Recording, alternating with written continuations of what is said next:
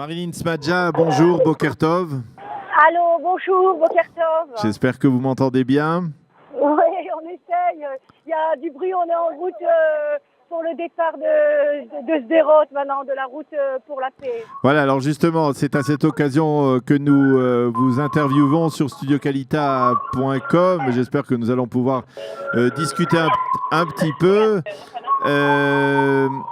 Marilyn Smadja, vous êtes l'une des fondatrices de ce mouvement des femmes pour la paix. Et vous organisez donc cette course pour la paix qui débute aujourd'hui et qui va se prolonger sur plusieurs semaines. La première question que je serais tenté de vous poser, c'est que nous débutons. Vous m'entendez là ?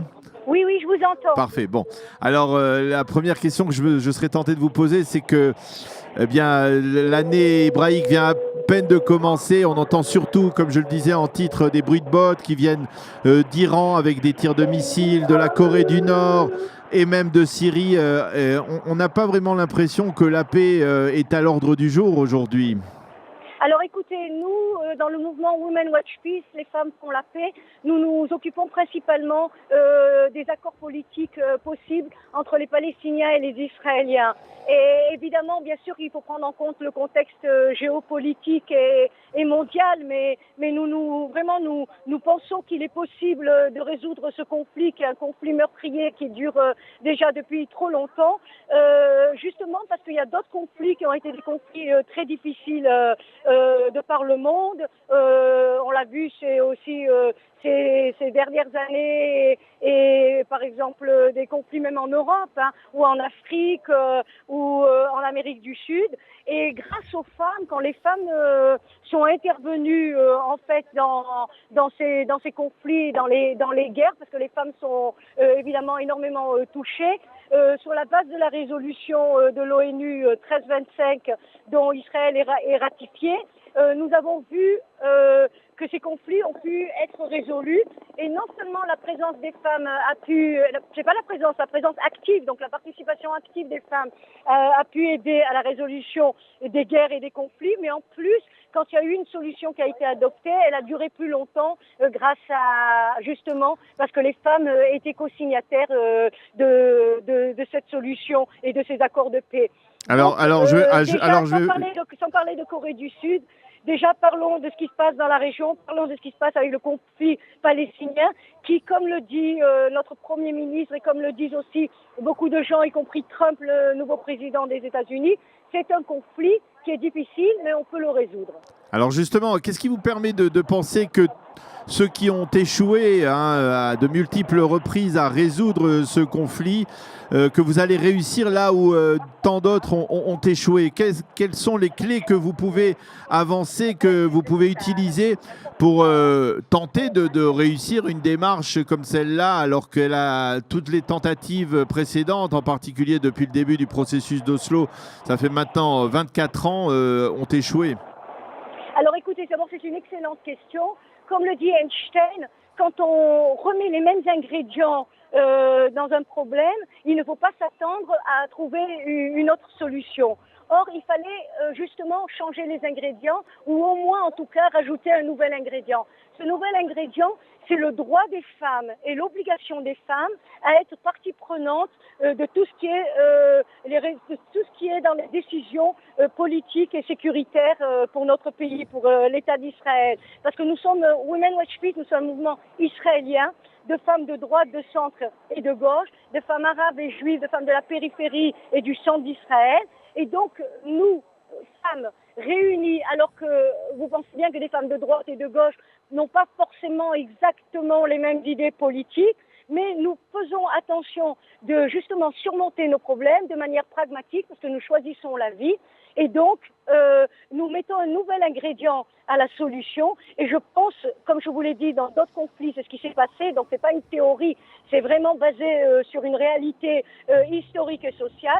Quand les femmes interviennent, il y a plus de chances, on a à peu près 30% de chances que le conflit soit résolu. Alors, la question que tout Israélien a intérêt à soutenir Women Watch Peace.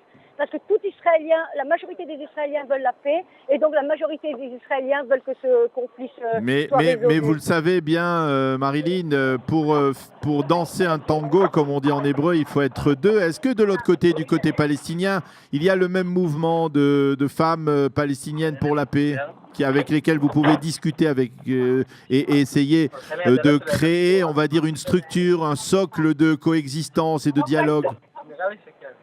Ok, alors écoutez, d'abord, par rapport aux Palestiniens, vous dites une chose très juste, il faut être deux pour danser le tango. Or, écoutez, Israël est un pays très fort. On a prouvé qu'on était un pays fort sur le plan militaire. On sait très bien que ce pays est là dans la région pour y rester. Et c'est notre force. Maintenant, il est temps que nous devenions forts sur le plan aussi politique et diplomatique. Et nous avons cette capacité. Donc, à propos de tango, je préférerais que ce soit Israël qui mène ce tango.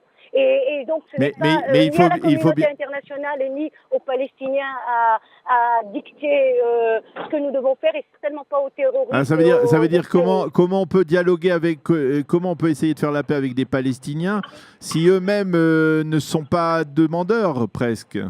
Alors d'abord, c'est une erreur de penser comme ça, parce qu'une grande partie des citoyens palestiniens veulent aussi la paix, et nous avons prouvé justement, notre mouvement est un mouvement israélien. Mais nous collaborons... Alors pourquoi il n'y a pas... Pourquoi, Marilyn? Attendez. Depuis 3 ans, nous sommes en collaboration avec les Palestiniennes. Et nous avons prouvé que des milliers de femmes palestiniennes sont partantes pour la paix. Elles ont marché avec nous pendant la marche de l'espoir l'année dernière. Et là, vous allez voir, pendant la route de la paix, là maintenant, il va y avoir des milliers de Palestiniennes. Je parle de Palestiniennes, donc de la zone A, B, C. Je ne parle pas des Israéliennes, des Arabes israéliennes, qui évidemment font partie totalement de notre mouvement et sont même des leaders au sein de notre mouvement. Donc nous avons montré qu'il y a des partenaires à la paix, et on pourra toujours dire non, mais il faut faire les choses ensemble, il faut essayer, et en tout cas nous prouvons que quand on n'essaye pas, en tout cas rien ne se passe. Et donc nous essayons, et nous avons aussi, n'oubliez pas, nous sommes des mères, nous sommes des femmes, et nous donnons la vie, donc nous avons le devoir de garder cette vie, de sauvegarder cette vie, et donc c'est une responsabilité en fait civile que nous prenons en charge. Alors Marilyn, expliquez-nous un peu quel va être le programme de cette course pour la paix qui débute aujourd'hui. Alors comme vous l'entendez peut-être avec le bruit, nous sommes en route maintenant pour Sderot. Et donc la première journée va se passer dans le sud du pays. En fait, les premières journées vont se passer dans le sud du pays, parce que la guerre de Gaza, donc il y a 3 ans, la guerre d'ordre protectrice, s'était arrêtée le 20 septembre avec une trêve à Sderot, et donc il n'y a eu aucun accord qui a été signé depuis. Donc nous sommes toujours en fait à même de cette trêve qui ne règle pas le problème, et chaque fois on le sait très bien, il y a des tirs sur Sderot, le sud est menacé. Nous avions commencé notre première action le 20 septembre 2014 à Sderot, et donc c'est de manière symbolique que nous retournons à Sderot, et d'ailleurs tout le sud du pays, des villes comme Dimona, des villes comme Yeroukam, des villes comme Beersheva, Ofakim, les femmes de ces villes-là sont très actives dans notre mouvement, sont même leaders de pas mal d'équipes dans notre mouvement. Et donc le sud du pays, en fait, Women Watch Peace, c'est avant tout le sud du pays. Évidemment, on a aussi beaucoup de femmes dans le centre et dans le nord. Donc ça, c'est la première chose. C'est d'abord des premiers jours dans le sud. Aujourd'hui, ça va être une journée très très importante, c'est le lancement de la route pour la paix. Mardi, il va y avoir une action aussi très importante à Dimona. C'est le maire de la ville de Dimona qui nous invite. Et donc, mardi après-midi, je vous invite tous à nous joindre. Donc, la première semaine, comme je vous l'ai dit, le premier jour à Sderot. Après, il y aura des activités dans le nord du pays. Par exemple, à Nazareth élite et Nazareth juive et arabe, en fait, qui se réconcilient grâce à Women Watch Peace. Les maires de ces deux villes étaient en désaccord et se sont réconciliés pour justement pouvoir mener ensemble une action de soutien à Women Watch Peace. Il y a aussi à Foradis, un village arabe. Il y a aussi à Gush Etzion dans les implantations, parce que nous avons aussi des femmes, des implantations qui sont aussi très présentes et très actives au sein de notre mouvement. Et le jour le plus important, ça va être le 8 octobre, où nous allons faire une grande action avec les Palestiniennes dans le désert, dans la mer Morte. Et nous allons être sous la tente de Hagar et Sarah pour réconcilier les deux peuples. Donc au niveau symbolique, c'est vraiment une action très très forte où il y aura des milliers de Palestiniennes qui vont participer avec nous. Et le soir, nous allons nous retrouver des dizaines de milliers de femmes et d'hommes pour le rassemblement pour la paix à Jérusalem. Alors, voilà, et il y a tout notre programme qui est dans le site et tout a été traduit en français. Ah, donc, parfait. Aucune excuse de ne pas participer. Voilà, alors je ne peux pas m'empêcher de vous poser une dernière question. On vous sent tout à fait enthousiaste et on se connaît depuis de longues années. Vous êtes une femme de conviction, mais en même temps, avec cet enthousiasme, ces convictions, il y a aussi peut-être un sentiment de naïveté, peut-être de vouloir essayer malgré tout, de résoudre quelque chose qui semble d'année en année insoluble, sans solution. N'est-ce pas d'une certaine manière une forme de naïveté de votre part ? Alors, d'abord, si vous me connaissez depuis plusieurs années, vous savez que je suis tout sauf naïve.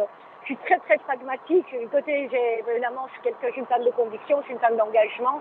J'ai lutté avant toute ma vie, depuis mon adolescence, pour le sionisme. Donc le sionisme, pour moi, c'est mon drapeau, c'est mon premier drapeau. Et le deuxième drapeau, évidemment, c'est la cause des enfants. Donc moi, je n'étais pas une activiste de gauche, je n'étais pas une activiste pour la paix, ni une activiste même féministe. Je suis rentrée dans cette histoire parce que c'est pour l'État d'Israël, mon pays que j'adore plus que tout, et évidemment la cause des enfants israéliens, et aussi une pensée pour les enfants de la région et les enfants palestiniens. Maintenant, écoutez, à propos de naïveté, nous sommes en contact avec la majorité des membres du Parlement israélien, y compris notre Premier ministre qui nous a reçus, des ministres de droite nous ont reçus. Et donc si nous étions des femmes naïves, je pense qu'on ne parlerait même pas de nous. Or, ce que les membres du Parlement israélien nous disent régulièrement, et surtout cette dernière année, depuis octobre l'année dernière, où nous avons fait la marche de l'espoir, ils nous disent que nous avons rendu 2 mots et 2 modes de pensée à l'État d'Israël. Un, c'est le mot paix, et 2, c'est le mot espoir. Alors, si le mot espoir est de la naïveté, eh bien, nous ne serions pas en Israël, parce que Moshe Rabbeinu aussi nous a menés à un pays qui paraissait impossible, en fait, à accéder. Nos pères, nos mères bibliques, donc de la religion juive, nous a menés à accéder au pays où nous devons être, où le peuple juif, en tout cas ceux qui choisissent d'y être, puissent y être. Donc, écoutez, naïveté, je prends ça pour un compliment. Voilà. Eh bien, Marilyn Smadja, merci d'avoir été avec nous. Et puis, quoi qu'il advienne, pendant les offices de Rosh Hashanah, vous savez, on a beaucoup demandé aussi la paix dans le monde et dans notre région. Alors, on ne peut que se joindre à votre initiative dans l'espoir qu'elle aboutisse, en tout cas. Et on vous souhaite bonne chance et Shana Tova. Shalom, et puis notre réussite, la réussite de Women Watch Peace sera la réussite de tout l'État d'Israël. Et donc, joignez-nous et soutenez-nous, venez dans la roue de la paix. Il y a tous les jours, il y a une possibilité, c'est fait pour toutes les familles, c'est accessible à tout le monde, c'est gratuit. Donc voilà, venez et soutenez-nous. Merci et Marilyn. Je crois que ça sera vraiment une belle image d'espoir pour cette nouvelle année. Shana Tova et shalom à tout le monde. Shalom, merci Marilyn Smadja, l'une des fondatrices du mouvement des femmes pour la paix, à l'occasion donc du lancement aujourd'hui de la course pour la paix qui débutera ce matin, aujourd'hui, à partir de Sderot dans le sud du pays. Nous allons marquer une pause et on retrouve Eliana Gurfinkel dans quelques instants pour sa chronique Un jour, notre histoire.